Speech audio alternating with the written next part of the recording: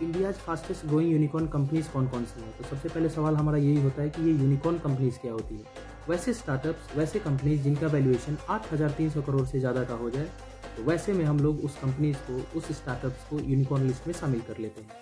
अब बात करता है कि इंडिया के अंदर ऐसी कौन कौन सी कंपनीज हैं जो बहुत ही कम टाइम में यूनिकॉर्न लिस्ट में शामिल हो गई।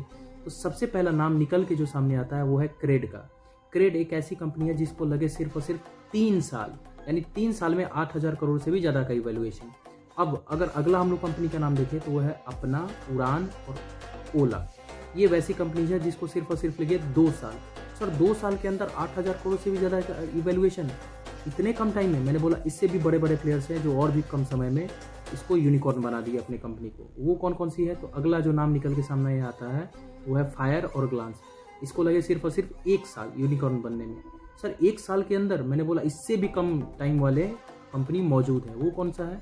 अब अगला जो नाम आता है वो है कृत्रिम का। कृत्रिम को लगे मात्र और मात्र 9 महीने।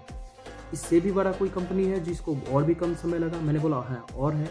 वो कौन सा कंपनी है? तो वो बोला तुमको ग्लोबल बीज। ग्लोबल बीज एक ऐसा कंपनी है जिसको यूनिकॉर्न में शामिल होने में लगा सिर्फ और सिर्फ 7 महीने।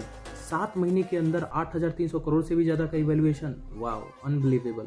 मैंने बोला इससे भी एक आगे कंपनी है जो इंडिया में आज भी रिकॉर्ड है, जो सबसे कम टाइम में यूनिकॉर्न लिस्ट में शामिल हो गई। सर वह उस कंपनी का वैसे नाम क्या है? मैंने बोला उस कंपनी का नाम है मेंसा। That's all.